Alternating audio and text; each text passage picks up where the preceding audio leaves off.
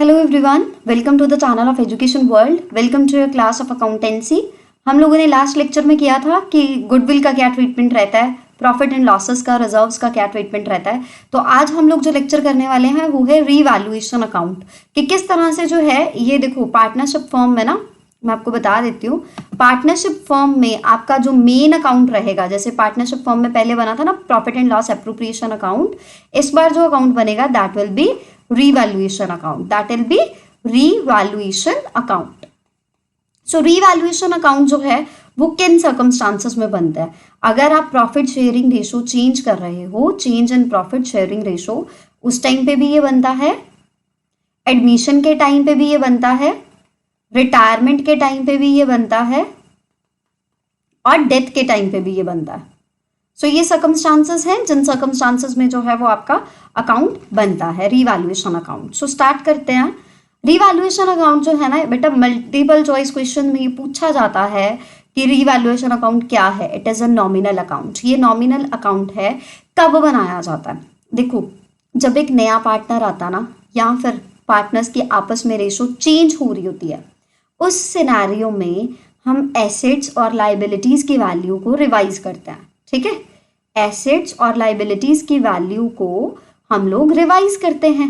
तो इनकी वैल्यूज को रिवाइज करने के लिए, एसेट्स और लाइबिलिटीज की वैल्यू को रिवाइज करने के लिए हमारा जो अकाउंट बनता है that is known as revaluation account. उसको हम लोग कहते हैं रीवैल्यूएशन अकाउंट। किस पर्पज से बनाया जाता है? जैसे पहले आपका रेशो था 1:1:1, ए बी और सी का।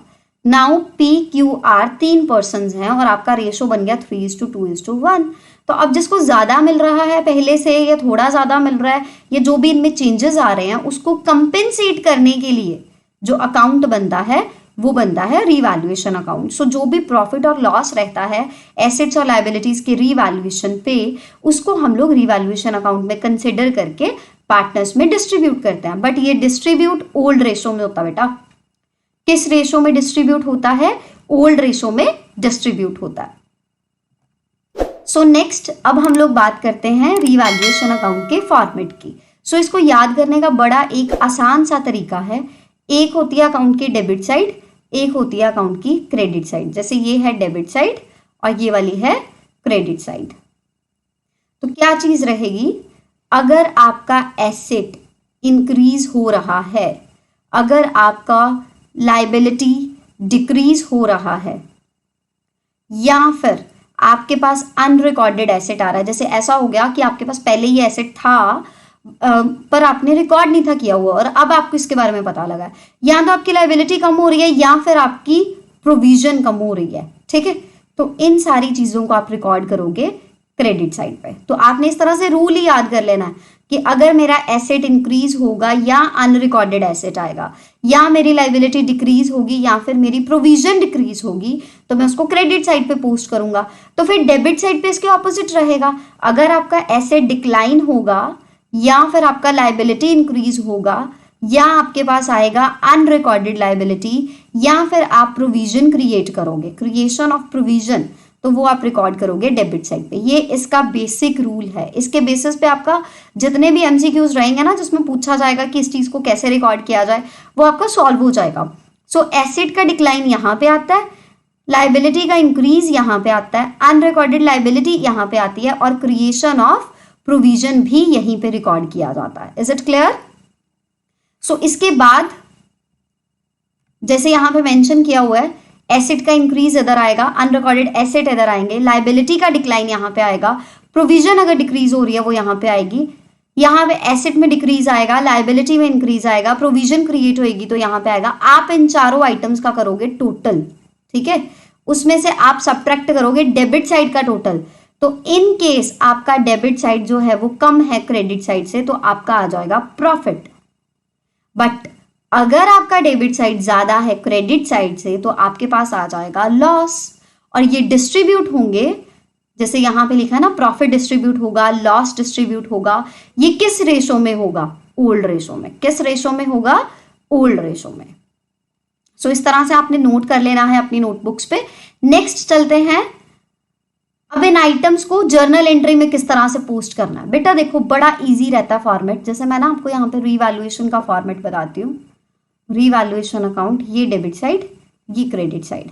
जब आप यहाँ से जर्नल बनाना शुरू करोगे ना तो एक सीधा सा रूल है, वो क्या है, डेबिट साइड पे अगर कोई आइटम आएगी तो वो रिकॉर्ड होगी revaluation account debit to that item. ठीक है, उस पर्टिकुलर आइटम का नाम, क्योंकि ये रीवैल्यूएशन के डेबिट साइड से उठाया गया।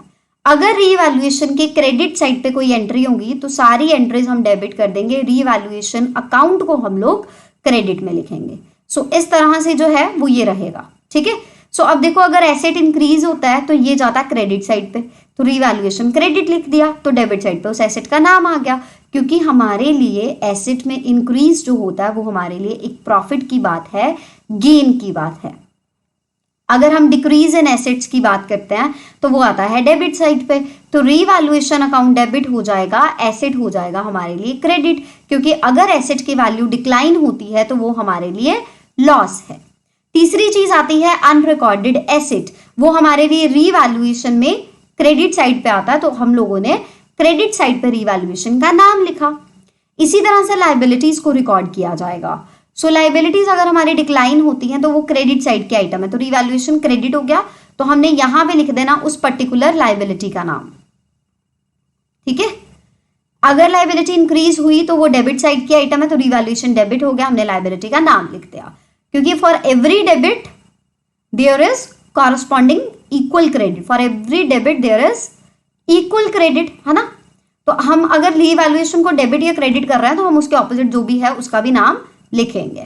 क्रिएटिंग प्रोविजंस, तो रीवैल्यूएशन डेबिट हो जाएगा, प्रोविजन जो है वो क्रेडिट हो जाएगा। अनरिकॉर्डेड लायबिलिटी डेबिट साइड की आइटम रहती है, तो रीवैल्यूएशन हमने डेबिट कर दिया।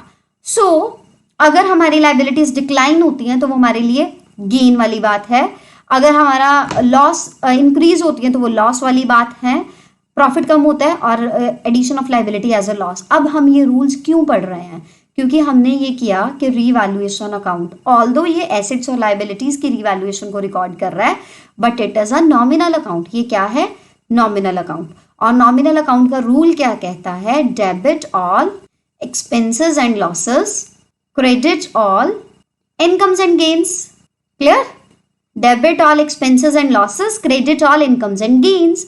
तो इसी तरह से हमारा जैसे ये गेन है इसको हमने क्रेडिट साइड पे लिखा, ये लॉस है इसको डेबिट साइड पे लिखा, इससे भी प्रॉफिट कम हो रहा है यानी लॉस है, डेबिट साइड पे लिखा, इससे भी लॉस है, डेबिट साइड पे लिखा। तो इसी तरह से हमने नॉमिनल अकाउंट के रूल्स जो हैं वो फॉलो किए हैं रीवैल्यूएशन अकाउंट को बनाने के लिए।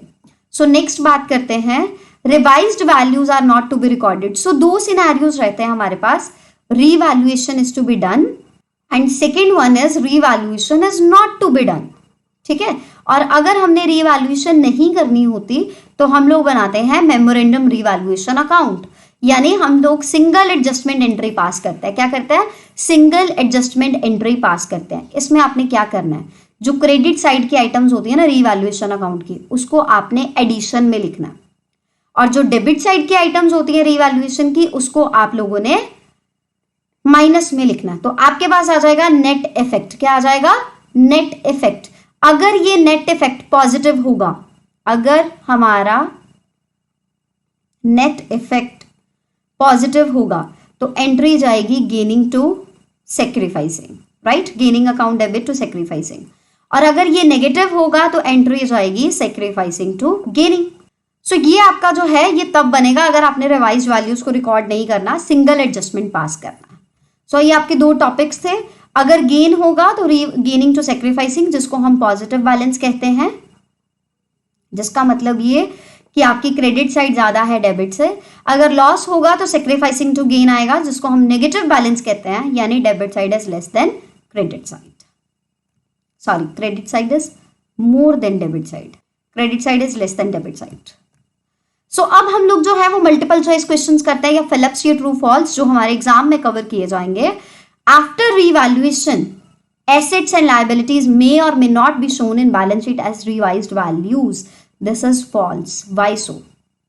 Revaluation में हम लोग revaluation account बनाते हैं, उसके बाद में अगर एसेट की वैल्यू इंक्रीज हुई है, मे बी डिक्रीज हुई है, लाइबिलिटी की वैल्यू मे बी इंक्रीज हुई है, या फिर डिक्रीज हुई है, प्रोविजन आप लोगों ने बनाई है या डिलीट की है, ये सारी की सारी एडजस्टमेंट्स जो हैं वो बैलेंस शीट में की जाती है। मतलब अगर आप ये कह रहे हो कि आपका जो बिल्डिंग था वो 1 लाख का था, रिवाइज करके वो 1,30,000 का हो गया, तो आपका जो बैलेंस शीट में आंसर जाएगा वो 1,30,000 का जाएगा। ठीक है, clear? So next, journal entry for revaluation expenses payable to the partner at the time of revaluation of assets and liabilities. अच्छा, आप लायबिलिटीज को रीअसेस कर रहे हो, पार्टनर को आपने उसके लिए रीवैल्यूएशन एक्सपेंसेस पे करने हैं। So revaluation expenses is a debit side item, क्योंकि एक्सपेंसेस डेबिट होते हैं और उसके लिए हम लोग उस पर्टिकुलर पार्टनर का अकाउंट जो है वो क्रेडिट कर देंगे। ठीक है, तो ये हमारे पास एंट्री रहेगा जर्नल एंट्री एक्सपेंसेस को पे करने का। Next, journal entry for revaluation expenses incurred and paid by the firm.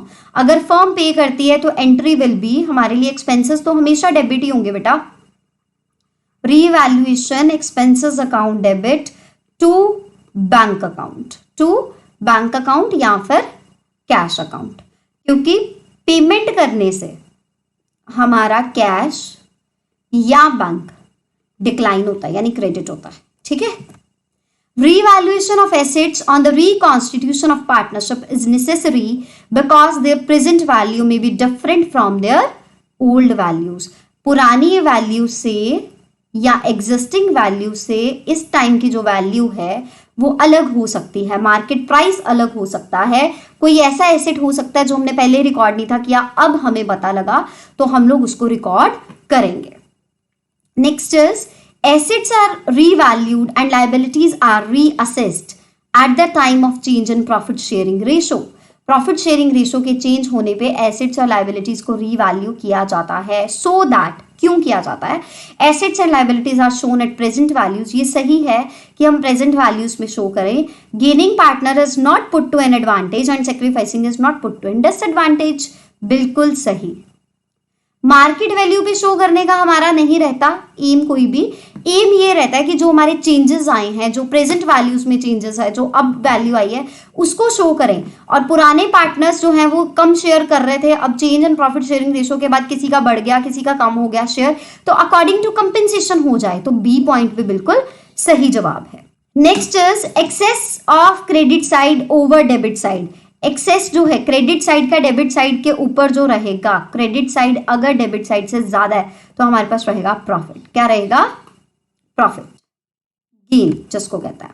Balance sheet prepared after new partnership agreement, assets and liabilities are recorded at. देखो, एसेट्स और लाइबिलिटी की recording के बाद balance sheet जो बनेगा वो किस वैल्यू पे आएगा? ओरिजिनल या रीवैल्यूड के ऊपर, या ए या बी या रियलाइजेबल? देखो, रिवाइज्ड के बाद ना रीवैल्यूड फिगर पे जाएगा। किस पे जाएगा? रीवैल्यूड फिगर के ऊपर। Assets and liabilities are shown at revalued values in the balance sheet revaluation. अच्छा देखो, रिवाइज्ड वैल्यूज में जितना रिवीजन रहता ना वो रिकॉर्ड होता है बैलेंस शीट में। नई बैलेंस शीट में रिवाइज्ड वैल्यूज आती है, बट कितना कितना रिवाइज हुआ है वो रीवैल्यूएशन में आता है। पार्टनर कैपिटल अकाउंट में उन्होंने जितना टेक ओवर किया होगा या जो उन्होंने पेमेंट कराया उनका अकाउंट आएगा, तो रियलाइजेशन डिसोल्यूशन के केस में बनता है।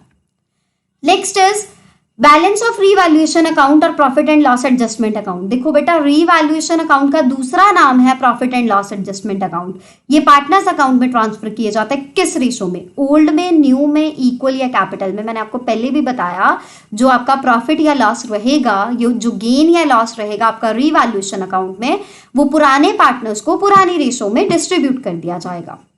Next question, on the reconstitution of partnership firm, recording of an unrecorded liability will result in। अगर मैं unrecorded liability करती हूँ तो मेरा तो लॉस वाली बात हो गई, दोबारा एक और liability आ गई, it is a kind of loss. Debit side पे इसकी रिकॉर्डिंग रहती है रीवैल्यूएशन अकाउंट में। रीवैल्यूएशन अकाउंट में इसकी रिकॉर्डिंग किस तरफ रहती है? डेबिट साइड पे। So it results in loss to the existing partners. Next question, increase in the value of assets on the reconstitution of partnership firm results into। अब partnership firm में इसका क्या result रहता है?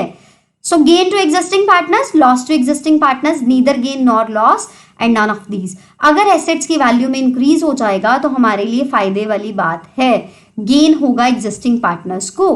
रिकॉर्ड किस तरफ करेंगे, क्रेडिट साइड पे।